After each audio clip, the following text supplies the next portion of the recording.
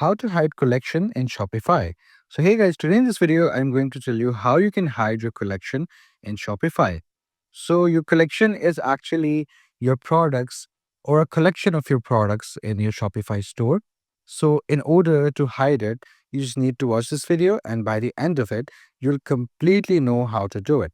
So the first thing that you need to do for that is to log into Shopify.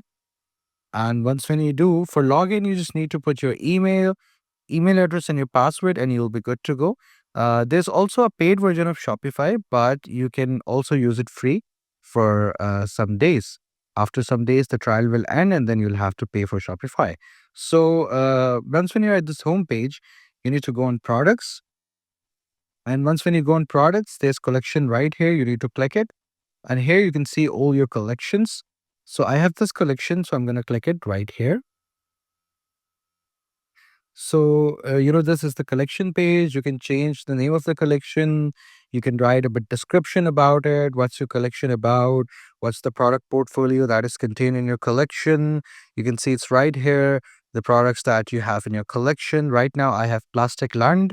So that's it. And this is the search engine listing of your store.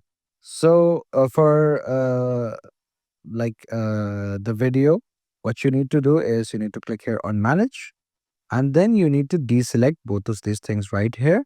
And then you need to click done. So that is how you do it.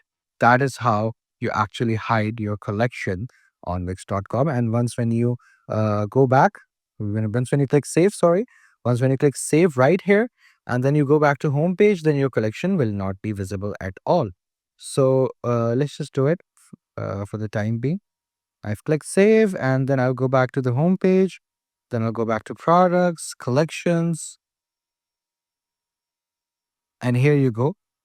You can see right here, excluded from all sales channels. So that's how you hide it. I hope you found this video informative. If you did, I would request you to please like this video and subscribe this channel to see more content like this.